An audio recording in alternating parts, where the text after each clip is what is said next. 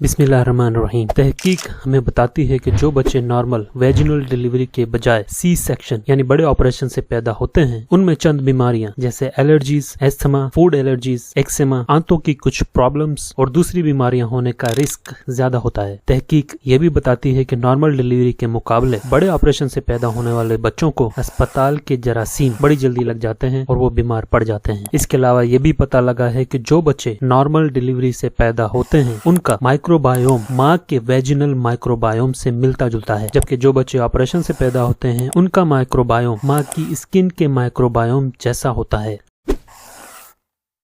जिस तरह बहुत से इंसान मिलकर एक कम्युनिटी की शक्ल में एक खास जगह पर रहते हैं तो उसे सोसाइटी कहा जाता है। इसी तरह जब बहुत से जरासीम मिलकर कम्युनिटी की शक्ल में एक खास इन्वायरमेंट में रहते हैं तो उसे माइक्रोबायोम कहा जाता है। अब इस खास इन्वायरमेंट में हम इंसान भी शामिल हैं। हमारी बॉडी के ऊपर और अंदर इन जरासीम की बहुत सी कम्युनिटीज रहती हैं, जिन्हें स्किन, रेस्पिरेटरी, गट और यूरोजेनिटल माइक्रोबायोम कहा जाता है। और जरासीम की ये कम्युनिटीज या कहें माइक्रोबायोम हमारे हाजमे, कुव्वत मुदाफियत और ओवरऑल हेल्थ में बहुत अहम किरदार अदा करते हैं। और यस, सारे जरासीम मुहल्लक नहीं होते कि हमें मारने पर तुले हों। इनफैक्ट ये माइक्रोबायोम वो जरासीम हैं जो हमें जिंदा रहने में मदद करते हैं। और हर गुजरते दिन के साथ लेटेस्ट रिसर्च इस माइक्रोबायोम की अहमियत को और उजागर कर रही है। In fact there was a whole research initiative called the human microbiome project just to understand the role of this microbiome in human health and disease.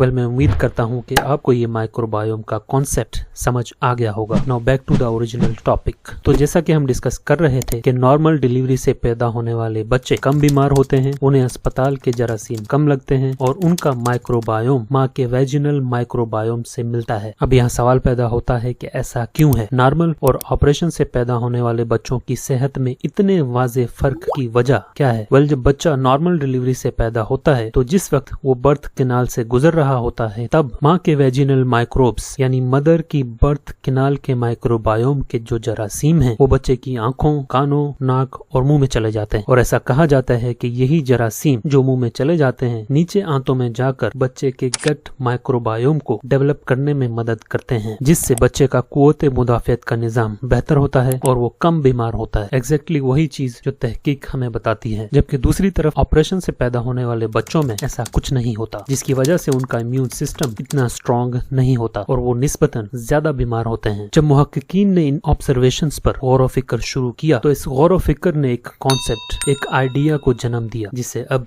Vaginal seeding कहा जाता है। डॉक्टर्स ने सोचा कि चूंकि ऑपरेशन से पैदा होने वाले बच्चों को माँ की बर्थ कैनाल के जरासीम नहीं लग पाते, जिससे उनका इम्यून सिस्टम जरा कमजोर रह जाता है और उन्हें निस्बतन ज्यादा मसले मसाइल होते हैं, तो क्यों न हम खुद से आर्टिफिशियली माँ के बर्थ कैनाल यानी मदर के वेजिनल माइक्रोबायोम के जरासीम लेकर बच्चे को लगा दें, जिससे उसका इम्यून सिस्टम बेहतर हो और वो कम बीमार पड़े। और एग्जैक्टली यही इस वेजिनल सीडिंग के प्रोसीजर में किया जाता है। ऑपरेशन से तकरीबन 1 घंटा पहले डॉक्टर मदर की वेजिनल कैनाल यानी जहाँ से बच्चे ने नॉर्मल डिलीवरी के दौरान गुजरना होता है वहाँ स्टेराइल कॉटन का एक पीस लेकर रख देती है। इस 1 घंटे के दौरान वेजिनल फ्लूइड्स इस कॉटन को सोख करते रहते हैं। ऑपरेशन स्टार्ट होने से जस्ट पहले इस कॉटन को निकाल कर एक स्टेराइल कंटेनर में रख दिया जाता है और जैसे ही ऑपरेशन खत्म होता है और बच्चा बाहर आता है तो डॉक्टर कॉटन का वो पीस लेती है और बच्चे के पूरे चेहरे और जिस्म पर रगड़ देती है। ऐसा करने से बच्चे को माँ के वेजिनल माइक्रोबायोम के वो तमाम जरासीम मिल जाते हैं जो एक नॉर्मल डिलीवरी से पैदा होने वाले बच्चे को मिलते हैं। और यही मकसद है इस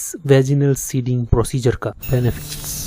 रिसर्चर्स का मानना है कि वेजिनल सीडिंग से इन बच्चों में इम्यून सिस्टम से रिलेटेड जो बीमारियां हैं उनके होने का रिस्क कम हो जाता है, लेकिन they don't know for sure क्योंकि अब तक इस पर बहुत कम तहकीक हुई है। रिस्क। वेजिनल फ्लूइड के तमाम जरासीम बच्चे की सेहत के लिए अच्छे नहीं होते। बाज़ औक़ात इस फ्लूइड में ऐसे जरासीम मिल जाते हैं जो नुकसानदेह होते हैं और बच्चे के लिए वबाले जान बन सकते हैं। इनमें शामिल है क्लामिडिया, गोनोरिया, ग्रुप बी, स्ट्रेप्टोकोकस और जेनिटल हर्पीज वगैरह। इन रिस्क्स को देखते हुए और इसके फवायद के बारे में लिमिटेड डेटा होने के बाइस डॉक्टर्स अभी तक इस प्रैक्टिस को जनरली रिकमेंड नहीं करते और अमेरिकन कॉलेज ऑफ ऑब्स्टेट्रिशियंस और गायनेकोलॉजिस्ट भी इस प्रैक्टिस को अपोज करता है और ब्रिटिश मेडिकल जर्नल भी ये कह चुका है कि वेजिनल सीडिंग के फवायद के हक में ज्यादा शवाहिद मौजूद नहीं है, इसीलिए ये प्रैक्टिस नुकसानदेह साबित हो सकती है। लेकिन मुस्तकबिल में ACOG, BMJ और इन जनरल डॉक्टर्स का इस प्रैक्टिस के अगेंस्ट ये स्टैंड बदल सकता है, क्योंकि रिसर्चर्स इस प्रैक्टिस को बच्चों के क्लिनिकल ट्रायल में स्टडी कर रहे हैं। मीनवाइल आप कमेंट करके बताइएगा कि आप इस प्रैक्टिस के बारे में क्या सोचते हैं।